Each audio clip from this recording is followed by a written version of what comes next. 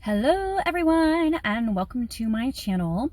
This is an interesting vibe I've got going on here with this atmosphere. It's not as dark, it's not as late as it looks. It is just after 5 in the evening and it's getting dark already, so hopefully there's enough light here that I can finish filming this video today. Anyway, today, oh yeah, my channel is In Search of Wonder. Did I say that? Well, guys, struggling. Welcome to my channel. Let's start over. Scratch, rewind, reverse. Hello, everyone, and welcome to my channel, In Search of Wonder. My name is Anne, and it's dark outside, even though it's just after 5. Is that better? Today, we are going to talk about my other passion besides books, and that is music, specifically musicals.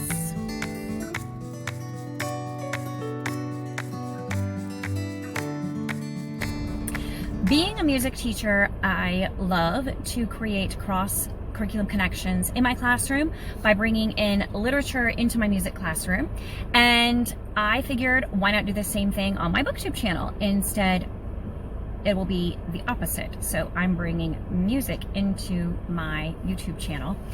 As a musician, I love the connections, and there are many, between literature and music.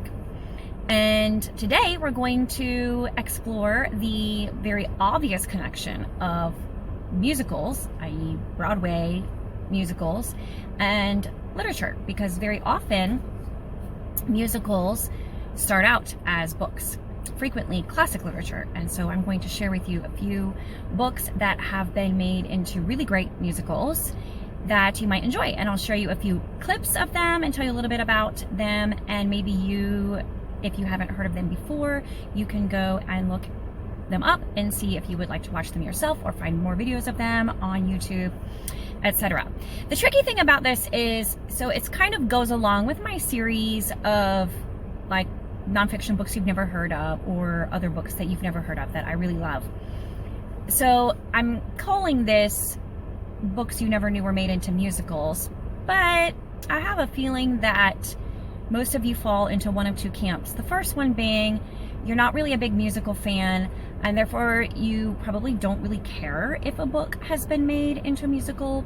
So you might not know that these books had musical versions. You probably also don't care.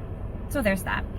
Then, if you do love musicals and you are a fan of musicals, you probably already know about these, so I'm not telling you anything new. But if that's the case, then you can just share with me in the joy of these musicals and these books that have been turned into musicals, and we will just enjoy it together.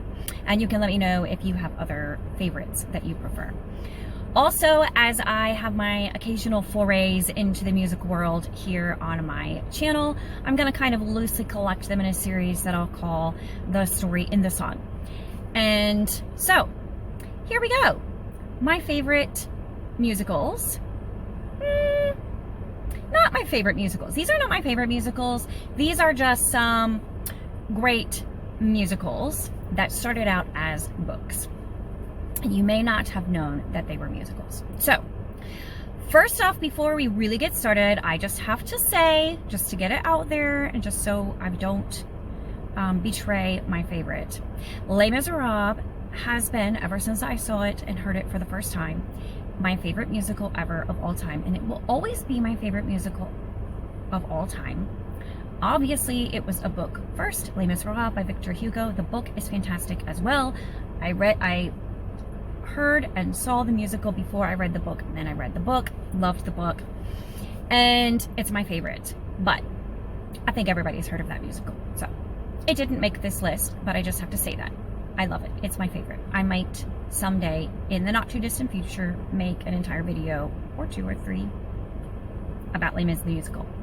But today I'm talking about the ones that maybe you didn't know were musicals. So let's get started.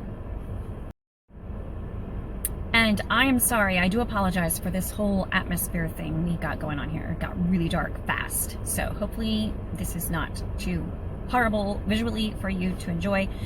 Or maybe you're like me and you're just listening to this video while you're busy doing other things. That would be awesome. Okay, so moving on. The first one I want to mention is Little Women.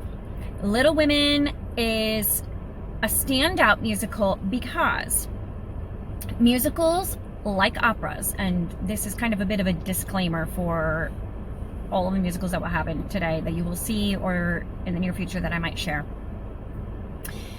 Musicals, like operas, very often deal with adult subject matter and likely should come perhaps with some content warnings. So there is often language, there's often suggestive things going on, portrayed in different ways depending on whether it's a comedy or a drama, etc. That's how it goes. Operas, musicals, very much like that. So every musical that I know and love does have some parts that I object to personally and don't fully enjoy. Some of them, it's necessary to tell the story. Some of them it's not. Some of them it's just in there because sinners wrote it, you know. But there is still much to love and much to enjoy and many redeeming qualities of many musicals. So that little disclaimer, Little Women is not like that. It is, besides the Disney musical versions of the Disney movies, Little Women is one of the cleanest and least objectionable musicals that I know of. Very family friendly. And I have seen the touring production of it, the national touring production, and I have seen a local production of it, both very good. It's just a fun show and it sticks very close to the book. Now, obviously, it's more like the highlights reel version of the book. It's not, because there's not time to tell the full story, everything, you know, kind of like a movie. It stays true to the characters and the people as they are presented by Louisa May Alcott, and very well done. In the premiere of Little Women on Broadway, Sutton Foster premiered the role of Jo March, and kind of was the big hit in her career that got her career started, and she did an excellent job. So we're going to watch, I'm going to show some clips from a couple of the songs that she sings. Actually, she sings the one at the end of the first act and the other towards almost at the very end of the second act, which is the end of the show. And it's a really interesting contrast between the two. Both of the songs involve marriage proposals, because you know our girl Jo, they loved her. So let's see what that's like. So this is the end of the first act, and Laurie has just proposed to Jo, and we all know how she felt about that, right? So she's processing through her emotions here at the beginning of this song. See,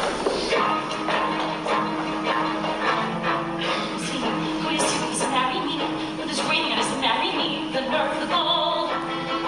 This is not what was meant to be. How could he ruin it all with those two words? I thought I knew him, but the he knew me.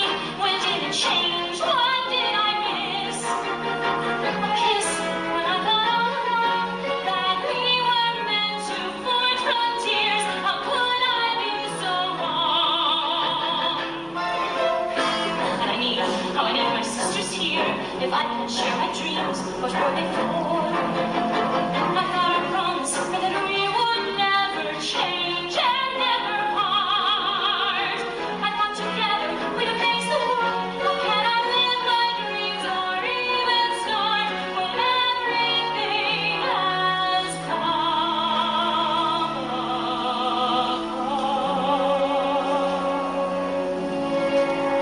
apart? So she has to process through all of the things that are changing in her family and her life, and what she really wants to get out of life. Now it seems like what she had dreamed is not happening. Like, she just wanted everything to stay the same. And so she works through all of that. The end of the song it's like her power ballad. This is the song that is Jo's big song in this musical. So let's skip ahead to the end, the best part. My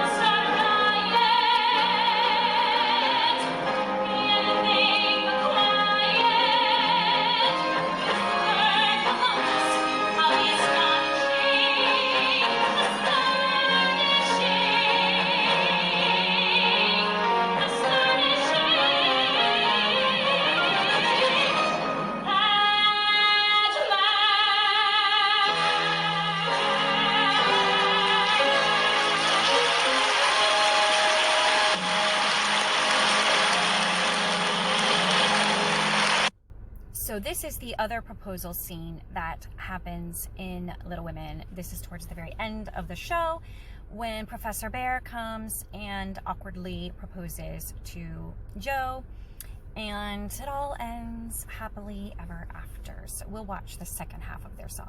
You are proposing? No. Yes. I do not mean today or tomorrow or even next month. In a year, maybe. 2 years even. I'm a patient man. I won't be sweet, won't be demure. This I prefer. This I adore. I'll speak my mind, you can be sure. I'll be enchanted to the core. If I say let me share.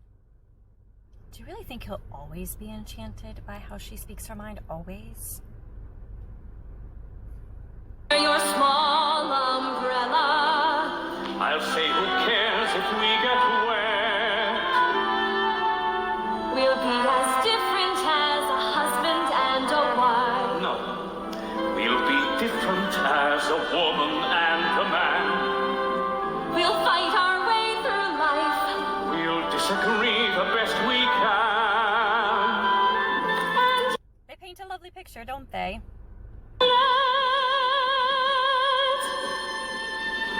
You make me smile, you make me laugh, you make me care. How can I explain inside my heart I feel a pain when you're not there? Though we are not at all alike, you make me feel alive. yes, we have that in common. That one small thing in common. Our love is like a small umbrella in the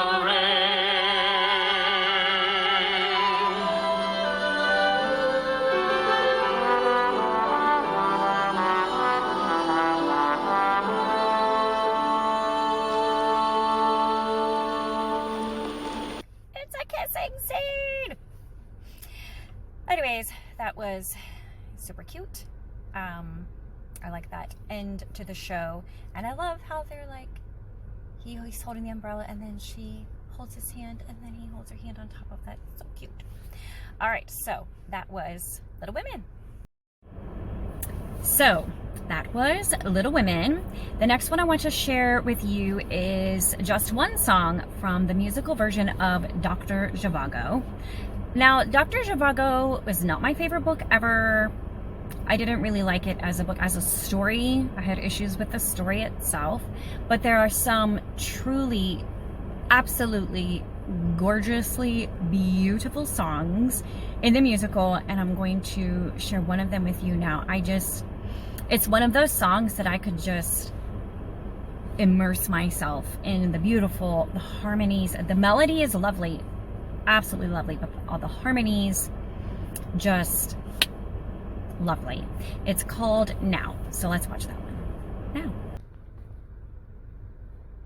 Okay, so this is a video of the cast members in the original Broadway cast recording their original Broadway cast recording. So I absolutely just love the beautiful melodies and harmonies in this. Just absolutely gorgeous. I may skip a part. We might just watch the whole thing. We'll see how I feel.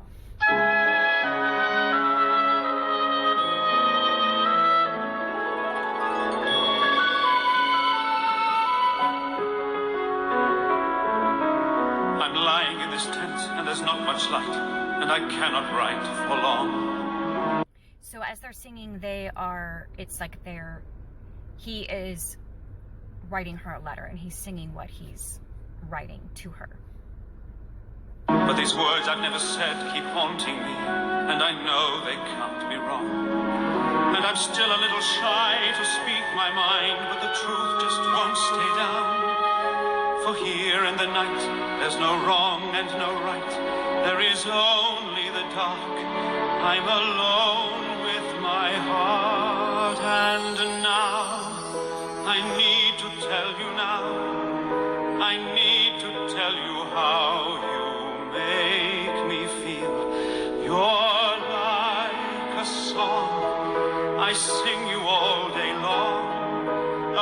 melody so strong and sweet and real. And I don't know if you'll ever feel this way, but I have to say what I have to say. I love you, and I need to tell you now. First of all, isn't his voice just as smooth as butter? And secondly, am I right? Like that chorus, apologies if I sing along. All right, now it's her turn. I wonder if you knew every time we met, I was trembling inside. I longed to take your hand, for we stood so close, but the distance seemed so wide. I was waiting for a time, a turn, a sign, as the days kept rushing by. And it all went so fast, a moment had passed, and I know that you're gone, but the hunger lives on. And now I need to tell you now, I need to tell you how you make me feel. There's only now, what point is there to wait? Tomorrow is too late, I can't conceive. But I may not ever have another day, so I have to say what I have to say. I love you, and I need to tell you now.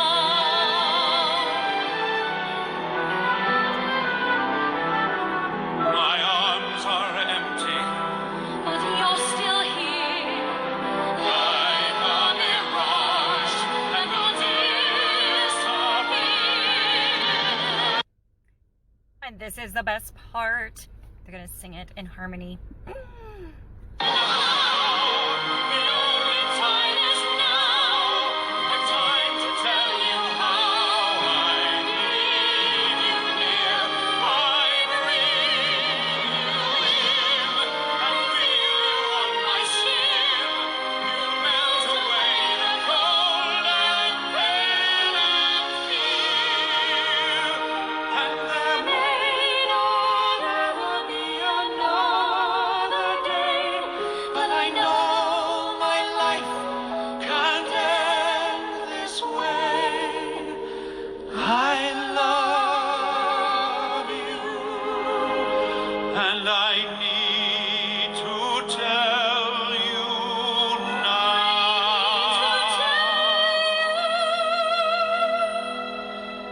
I need to tell you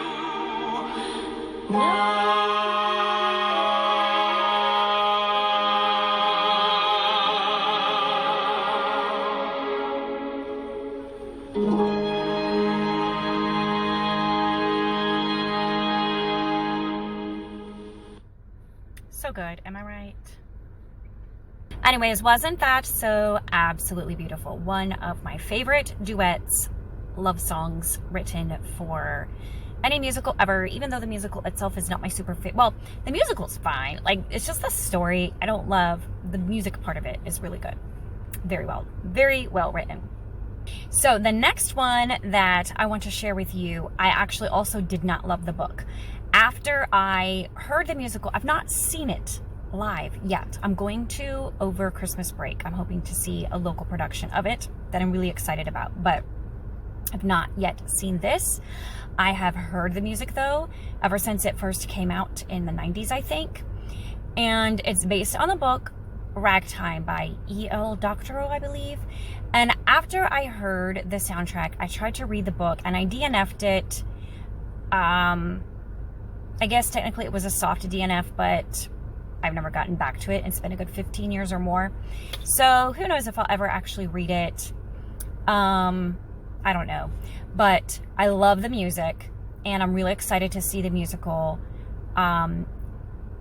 it's really an interesting concept, and it works well with the musical venue, because the idea of ragtime as a musical genre or a type of song that was developed in the early 1900s in Harlem, New York.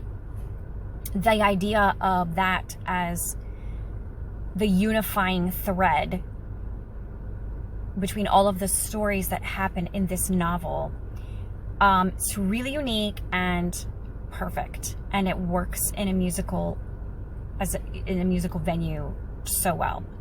So ragtime music is used as a kind of thematic element or a metaphor of the turbulent times that the nation, the United States in particular, like this is really focused on US history, that America experienced at the turn of the 20th century leading up to the First World War, and all of the rapid changes that happened in culture at that time.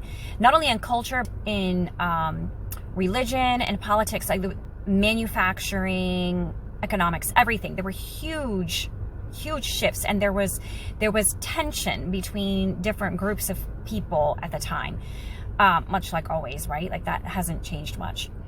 That's a common failing of humanity, right? So ragtime music is but like a perfectly apt thread, because it came out, it was introduced, it was developed during that time in Harlem, New York. And it kind of symbolizes the tensions, the feeling of shifting ground, because there's a lot of that within the music itself. The tension, the shifting ground, and the newness of it. It's a perfect metaphor. It's really great. I love it. As a musician, I think it's really cool to see something like this specific musical element being used as a metaphor that ties the whole story together and all the different threads of the story. So really neat. I love the premise of it.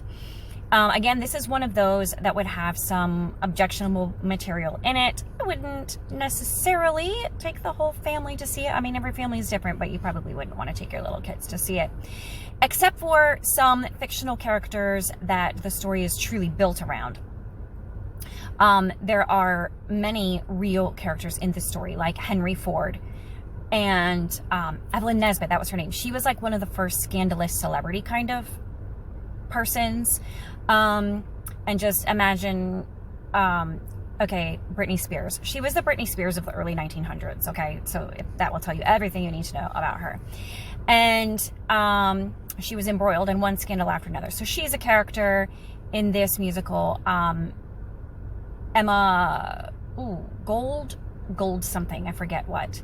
But she was like a women's rights activist and a political activist. I think she was probably communist. Anyway, so all of these different actual real characters, and then some fictional characters who represent different groups of people, like your average wealthy white American, or your young black couple that is trying to rise up. You know, we're past the Reconstruction era of the South, but still trying to like rise up out of that history and to gain a footing in the world. And then you have immigrants coming. In this story, I believe they're Jewish immigrants coming, and the struggles that they experience in trying to make it in this world and to make it in the new world. And then tragedy strikes and things happen, and it's sad, but it does end on an ultimately a hopeful note. So let's watch a little bit of Ragtime. So we are at Ragtime, and we are going to be introduced to the main characters in the show here in the opening number. Pay attention to the staging and the blocking. It gives a powerful message. In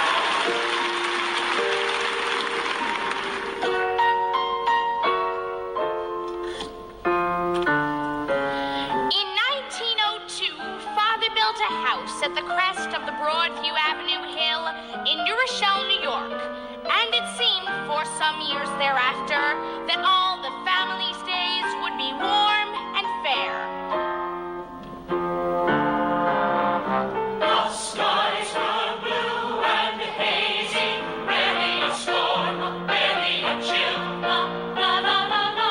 The afternoons were lazy, everyone warm, everything still. La, la, la, la, la. And there was distant music, simple and sublime, giving the nation a new syncopation. The people call it ragtime. The days were gently tinted, lavender pink, lemon and lime. Ladies with parasols, Fellows with tennis balls, there were gazebos, and there were no Negroes. And everything was ragtime. Up in Harlem, people danced to a music that was theirs and no one else's. The sound of changing times. The music of a better day. Listen to that ragtime. Ladies with parasols, fellows with tennis balls. There were no Negroes and there were no immigrants. Gentle is America. They came from Western and Eastern Europe by the thousands. No dream was too big. They would be the next J.P. Morgan, Evelyn Nesbit, or Henry Ford. It would be their century too. It was only 1906. And there were 94 years to go. And there was music playing, catching a nation in its pride. Beggar and millionaire, everyone everywhere, moving to the ragtime.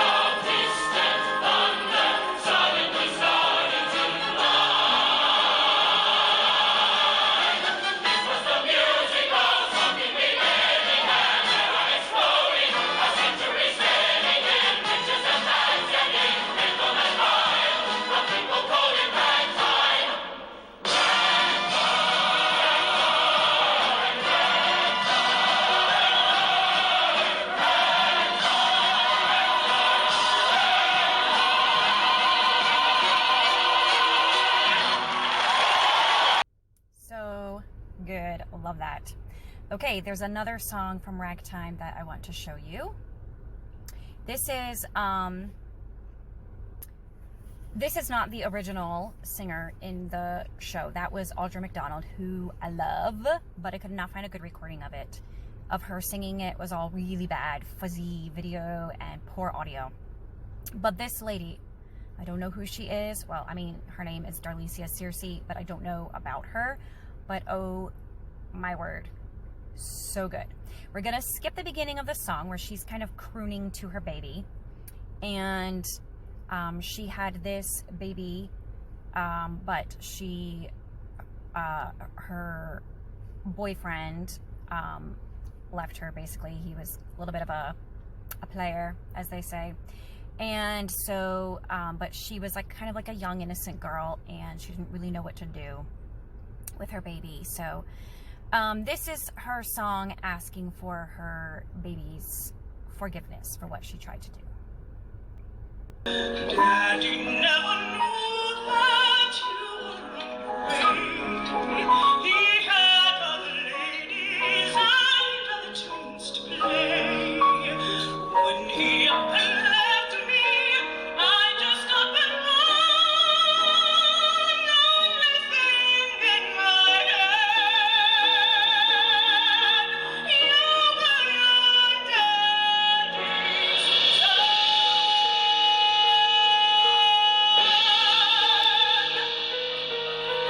Till no music wouldn't see no light.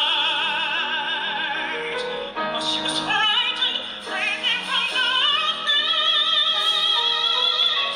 Found no comfort, screams without no sound. Only darkness and pain, the anger and pain, the blood and the pain. I buried my heart in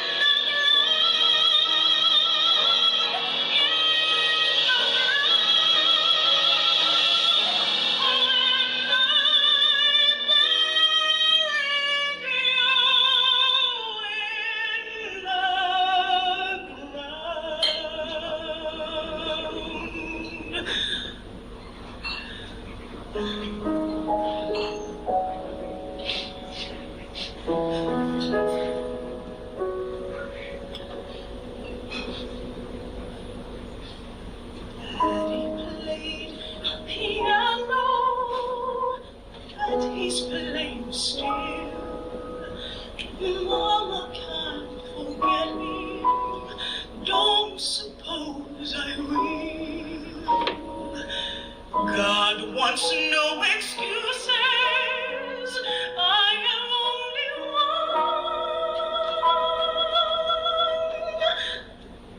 You are your daddy's sons.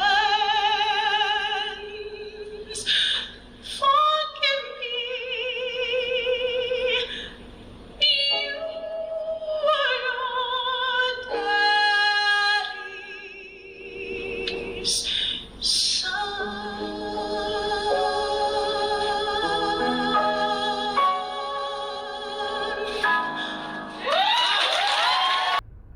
So she and Coalhouse Walker, that's the daddy, they get back together and they sing this song. This is the last one I'll show you.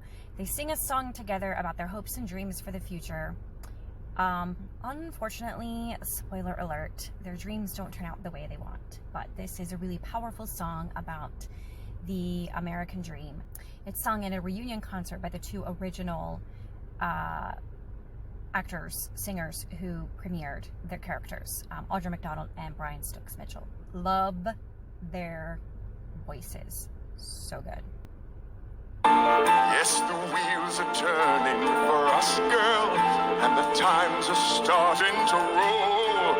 Any man can get where he wants to if he's got some fire in his soul. We'll see justice, Sarah, and plenty of men who will stand up and give us our due. Sarah, it's more than promises. Sarah, it must be true. A country that lets a man like me own a car, raise a child, build a life with you. With you.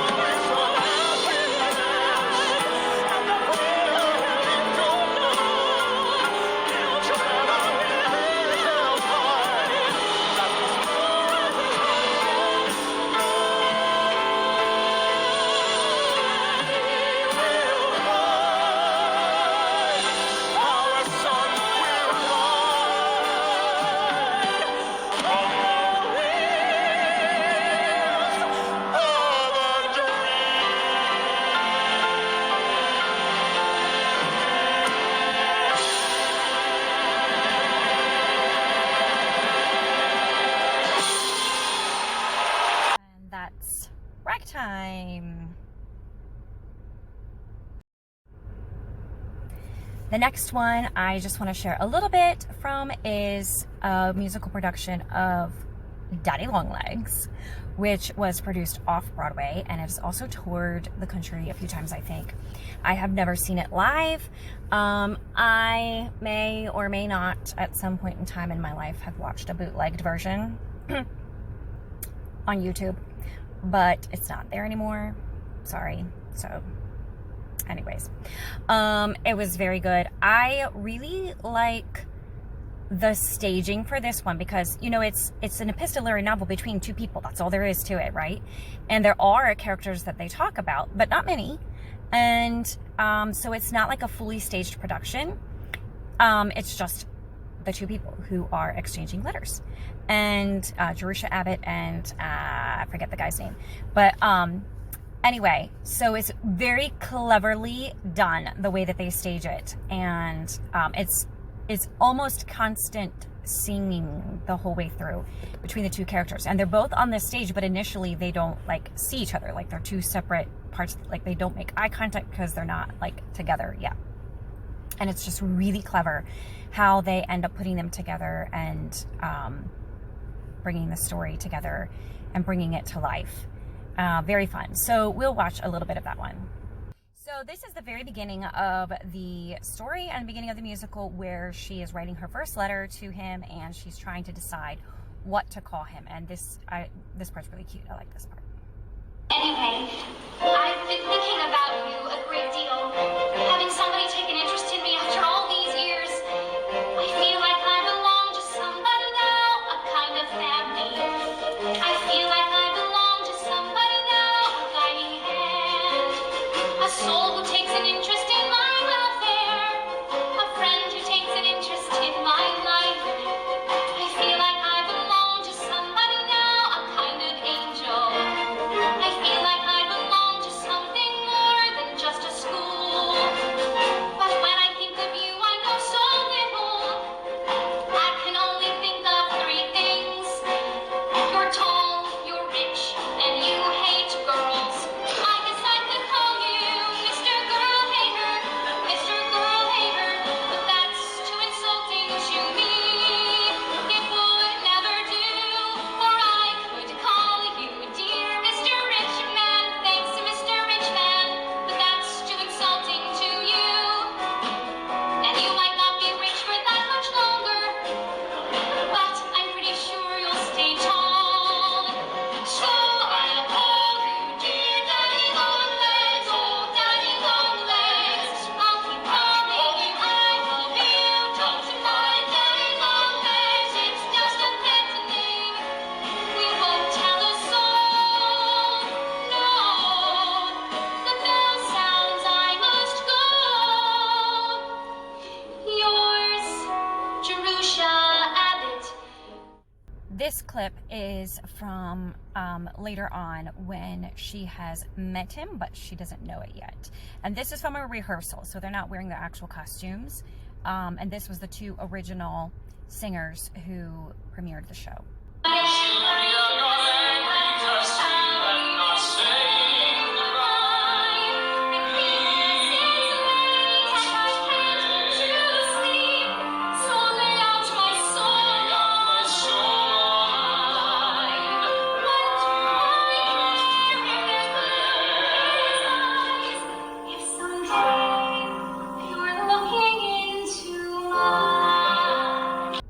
And this is the very end when, or towards the end, when he is falling in love with her.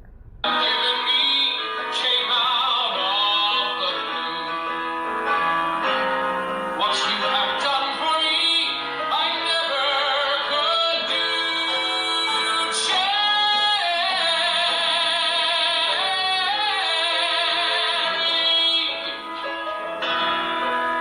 just who is helping who?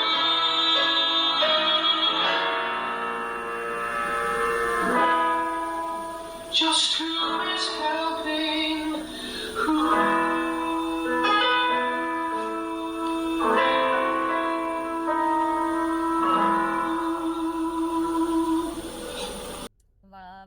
his voice, so good. All right, that was Daddy Longlegs. Next, this is maybe a little bit strange, but first of all, I will tell you that this musical is based on the legend of King Arthur and the Knights of the Round Table, and it is in German. And true confessions right here, right now, I love German musicals. Also, I don't speak German. I don't. I would like to. I have dabbled in learning German. I think that I can pronounce some of the words passably well, but I only know the most basic things. So, I love me some German though, and I love me some German musicals. And this is a German musical, Artus Excalibur. So, the real, in my opinion, star of this show is the villain, who is Morgana, or Morgan Fay, I think sometimes she's called. She's like the half-sister of King Arthur, and she's just like wicked through and through. But her part in this, which the music was actually not written by a German, it was written by Frank Wildhorn, and I don't think he's German, I think he's American. And, but he wrote the music, and so good. I feel like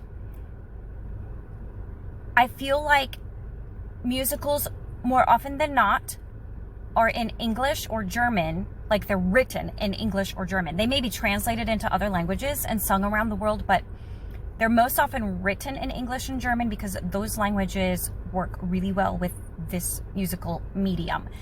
Like, English and German don't work so well for opera. There are some famous German operas, but they're not like the lyrical opera kind. They're not like the Italian flowing, florid kind of opera. They tend to be either comedic or like really super dramatic, like Wagner, for example. And so I feel like, and English operas, like nobody listens to English operas because you can't understand what they're saying because English doesn't work in the opera medium. But English and German work really well with the musical forms that we associate with musical, even like in a variety of styles, whether pop or rock or leaning more towards a classical symphonic sound sometimes, like Phantom of the Opera, for example. But still, it just that those languages work best with that music style. So anyway, and in particular, I feel like German lends itself really well to this musical style, and it's a little bit edgier than English. So some of the German musicals, you can hear, like, there's a real edginess to the music there. So anyways, let's watch a little bit of Artus Excalibur. Okay, so this is a scene with Morgana. We're not going to watch the whole song, but this is one of my favorite songs in this musical, and it's just so, I love the juxtaposition of the dissonances in the harmony and the melody and the accompaniment in the background music, but also the tension in all of the rhythms that are happening. Really so cool, so creative, love it. Ich vergesse, dass es war, meine Jugend voller Qual. Ich umarme die Gefahr und sei sie auch fatal. Meine Rache wird mein Ziel und mein oberstes Gebot. Dafür gebe ich alles auf und scheue nicht den Tod. Ist der Sieg dann endlich mein, dann ist aller Schmerz dahin. Er berauscht mich mehr als Wein, wird ein Neubeginn. Dieser Tag wird mein Triumph, der die Zeiten überstrahlt. Meine Seele ist erlöst und alle Schuld bezahlt. Sündende Väter beschweren mir nicht den Sinn.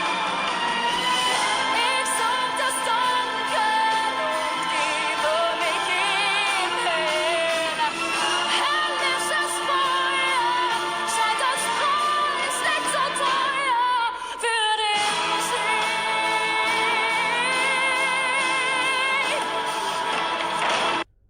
So obviously there's some symbolism and imagery there, really powerful. She's obviously through and through, you get the idea, like she sold herself to the devil, etc. She's a bad woman, but that evil is just portrayed so well in the music and her singing. Like, her voice just works with it perfectly, and let's be honest, so does the German. So we'll see her again. This is another scene that I wanted to show you. They are going to war. So King Arthur is going to be fighting against his half-sister Morgan and the man that she married, who is also Arthur's arch enemy. And so they're preparing for battle, and meanwhile poor Guinevere is being pushed aside, even though really Arthur should pay attention to her. Es gibt kein höheres Streben. Es gibt nur die Schlacht. Artus, Lass mich allein. Alle. warum gönnst du dir nicht etwas Ruhe? Lass mich doch für dich sorgen. Geh. Er muss sich auf einen Krieg vorbereiten. Du That's Merlin, by the way. wirst noch eine ganz andere Schlacht zu schlagen haben.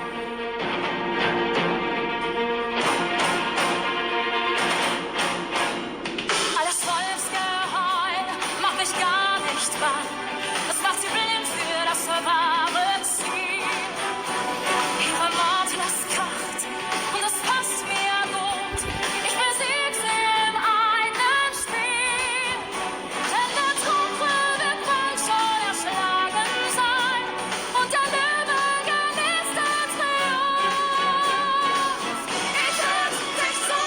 So you can see right there the obvious contrast between the good and evil. There's Guinevere, who is a good character in this version of the story, and essentially good. She's not just, I don't know, I've seen some versions where she's just, I mean,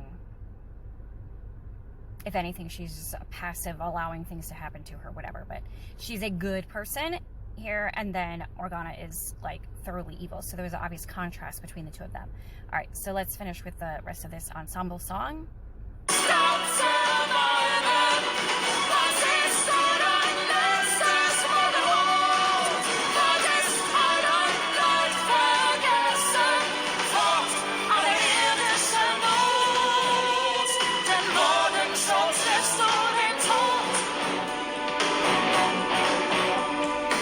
Lass es nicht Rache sein, die dir den Sinn betört.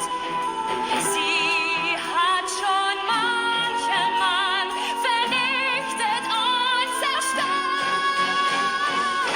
Ich werd dich zu Staub zermalmen. Was siehst du dein letztes Wort? Was ist all dein Leid vergessen? Fort alle irdische Not. Denn morgen schon triffst du den Tod. Ja, morgen schon triffst du den Tod. Ja, morgen schon triffst du den Tod. So that was them going into battle. There's one more I want to show, and that is Lancelot and Guinevere. And at the moment when they kind of, Lancelot is fighting his love for Guinevere this whole time, and he is an honorable person, and he is not wanting to draw her away from King Arthur, but at the same time he sees that Arthur is ignoring her, etc. And so this is him struggling with all of that, with his feelings. I'm gonna skip a little bit to the middle, and so Guinevere happens to come across him, and she hears what he's saying about how he feels about her. Ich sieh sie überall, heller als das Licht. Da strahlt ihr Glanz, was kann ich tun? Sie sieht nur ihn, weil sie nicht ahnt, weil sie nicht weiß, dass es für mich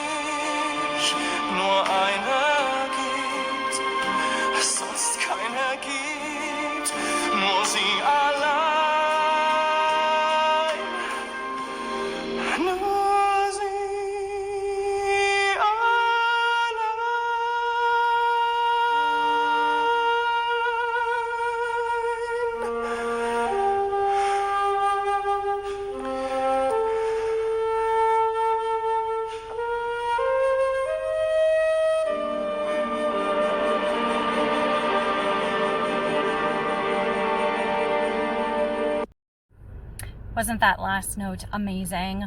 Almost as good as the note at the end of Bring Him Home from Les Mis. Like, just pure and clear and beautiful. Love it. So those are the ones. I had another one that I wanted to share, but I need to close off for now. I am running out of time, and I'll save that one for another time. Plus, I couldn't find any really good videos of it, so maybe I should find the time to find more videos. We'll just end this video on a cliffhanger. How's that? Okay.